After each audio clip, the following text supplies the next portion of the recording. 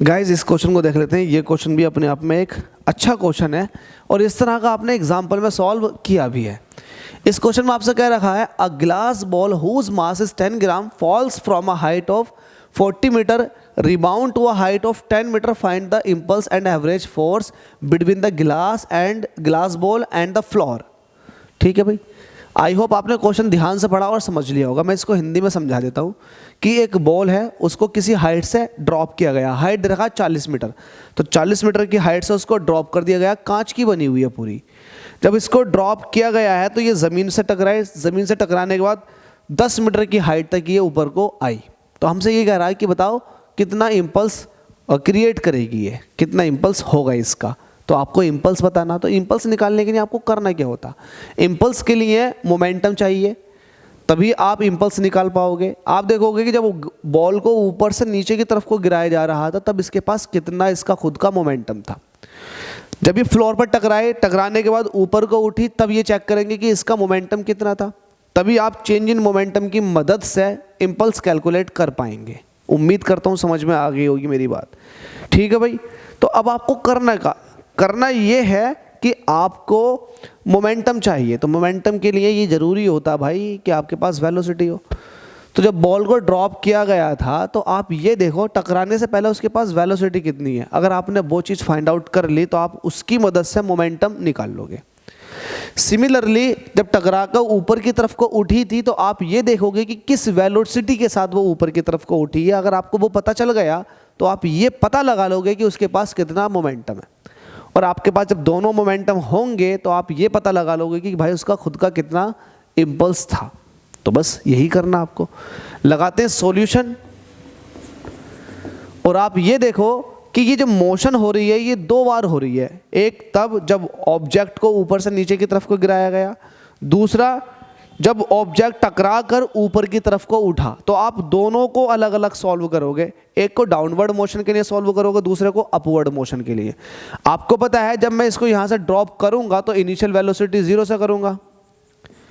टकराते वक्त इसके पास क्या वेलोसिटी होगी मुझे नहीं पता, मुझे ये फाइंड आउट करना। कहाँ से फेंक रहा हूँ मैं इसको, 40 मीटर की हाइट से। ठीक है, निकाल लेते हैं।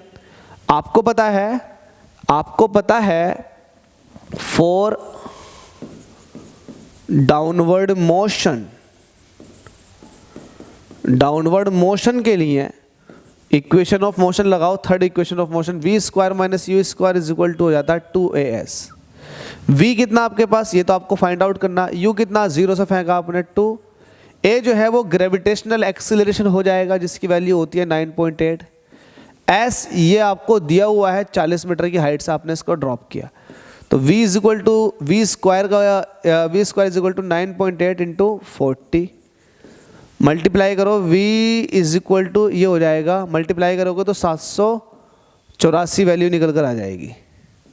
784। और आपको पता 784 जो होता है वो 28 का स्क्वायर रूट होता है। तो आपके पास फाइनल वेलोसिटी आ चुकी है 28 मीटर पर सेकेंड।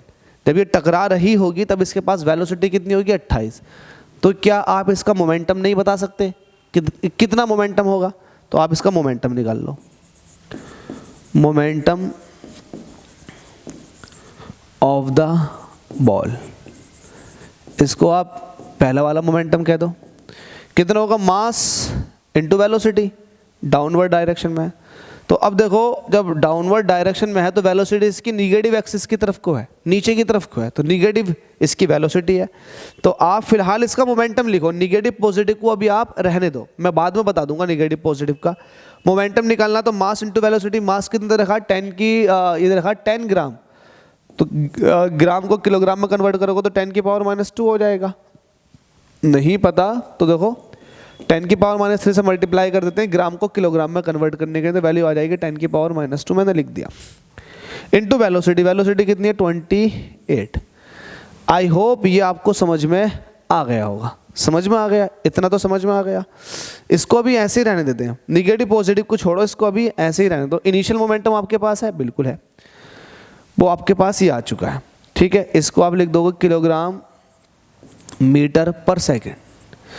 इसी तरीके से आप अब क्या करोगे, सेकंड वाली मोशन की बात करोगे। सेकंड वाली मोशन में आप देखोगे कि बॉल जो है वो रिबाउंड हुई है।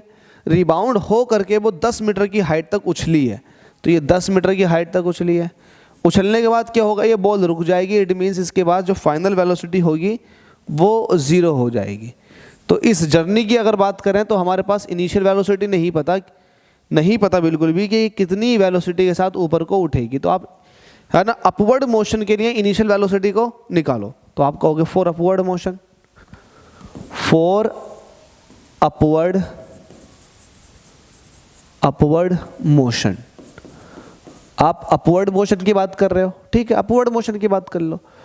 v square minus u square is equal to 2as। v क्या, फाइनल वेलोसिटी, ऑब्जेक्ट रुक गया। u ये तो आपको बताना है, 2 ऐसे रहेगा। a जो है वो ग्रेविटेशनल एक्सीलरेशन है, मोशन हो रही है ऊपर की तरफ को, g की वैल्यू लगती है नीचे की तरफ को -9.8। s कितना है, 10 मीटर की हाइट तक रिबाउंड हुई थी, तो माइनस से माइनस खत्म हो गया। यहाँ से u square is equal to 2 into 9.8 into 10। 98 की 10 से मल्टीप्लाई करेंगे, और सॉरी 9.8 की 10 से मल्टीप्लाई करेंगे 98 हो जाएगा। 98 की जब 2 से मल्टीप्लाई करेंगे तो 9 दूनी 18 का ये हो जाएगा, 8 दूनी 16, 196 निकल कर आ जाएगा ये देखो। तो u इज इक्वल टू हो गया, ये 14 का स्क्वायर होता है 196, ये 196 का स्क्वायर रूट जो होता है वो 14 होता मीटर पर सेकेंड। आपको पता चल चुका है कि रिबाउंड के बाद ऑब्जेक्ट के पास 14 मीटर पर सेकेंड की वेलोसिटी है। इस वेलोसिटी से ऑब्जेक्ट ऊपर की तरफ को जाएगा, तो इसका मोमेंटम भी निकाल लो। मोमेंटम ऑफ द बॉल, अब ये फाइनल मोमेंटम होगा। क्या होगा ये, फाइनल मोमेंटम। मोमेंटम क्या होता है जल्दी से बताओ, मास इंटू वेलोसिटी। मास कितना था, 10 की पावर -2, वेलोसिटी कितनी चल रही है 14, ये हो गया अब किलोग्राम मीटर पर सेकेंड में। आपसे पूछा इम्पल्स बताओ कितना इम्पल्स होगा, तो आप इम्पल्स जब निकालेंगे तो लिखेंगे impulse of the ball. Impulse जो होता है ये चेंज इन मोमेंटम को बोलते हैं, मोमेंटम में कितना चेंज आया। तो चेंज इन मोमेंटम जब भी निकाला जाता तो कैसे निकालते हैं इसको, final momentum minus initial momentum. तो आप कहोगे इसको final momentum minus initial momentum. अब मुझे एक बात बताओ, फाइनल मोमेंटम, अब यहाँ पर आती है डायरेक्शन। अब डायरेक्शन का जिक्र करेंगे। जो इनिशियल मोमेंटम था वो नीचे की तरफ को था, फाइनल मोमेंटम जो था वो ऊपर की तरफ को था। अगर मैं इसको एक्सिस के हिसाब से देखूं, किसके हिसाब से देखूं, एक्सिस के हिसाब से, तो जो ऊपर की मोशन होती है ये वाई एक्सिस होता, ऊपर वाला क्या होता है पॉजिटिव वाई एक्सिस, जबकि नीचे वाला क्या होता है निगेटिव वाई एक्सिस। तो आप यहाँ से इसके हिसाब से देखें तो जब फाइनल मोमेंटम की बात कर रहे हो तो फाइनल तो पॉजिटिव की तरफ को है, तो पॉजिटिव वाला ऐसे लिख दोगे 14 इंटू 10 की power -2 minus initial momentum. Initial momentum negative direction में, इट मीन्स इसको आप निगेटिवली लगा दोगे, निगेटिव डायरेक्शन में दिखा दोगे, और निगेटिव डायरेक्शन में दिखा करके इसकी वैल्यू पुट करोगे। कितनी थी इनिशियल मोमेंटम की वैल्यू, कितनी थी 28 इंटू 10 की पावर -2, 28 इंटू 10 की पावर -2। देखो सॉल्व करो इसको, तो ये इसको सॉल्व करेंगे तो 0.42 हो जाएगा, माइनस माइनस प्लस ये 0.28 हो जाएगा। 42 कहाँ से हो गया ये 0.14 हो जाएगा ये, और 0.28 वो वाला हो जाएगा।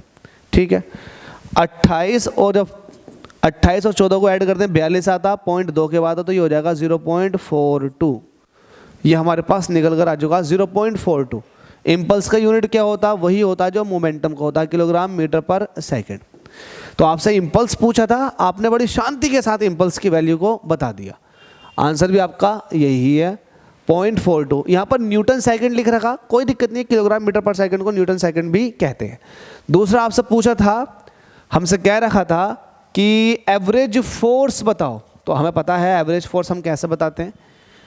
एवरेज फोर्स, ये फॉर्मूला क्या हो जाएगा एवरेज फोर्स का, एवरेज फोर्स जो निकलेगी ऐसे को, एवरेज फोर्स कहाँ से निकालें, आपको पता है इम्पल्स आपके पास आ चुका है, इम्पल्स चेंज इन मोमेंटम से आ चुका है, जिसकी वैल्यू होती है force into time, force into सही करके फोर्स इंटू टाइम। इम्पल्स आपके पास आ चुका है 0.42 का। फोर्स ये आपसे पूछ रहा है कितने टाइम के लिए कांटेक्ट में रही थी गेंद फ्लोर के, 0.1 सेकंड के लिए, तो आपके पास टाइम भी है 1 सेकेंड का। ठीक है, मुझे वैल्यू चाहिए किसकी, f की। f कितना हो जाएगा 0.42 अपॉन 0.1, पॉइंट लगा दिया अपनी तरफ से, 0 बढ़ा दिया, पॉइंट से पॉइंट खत्म।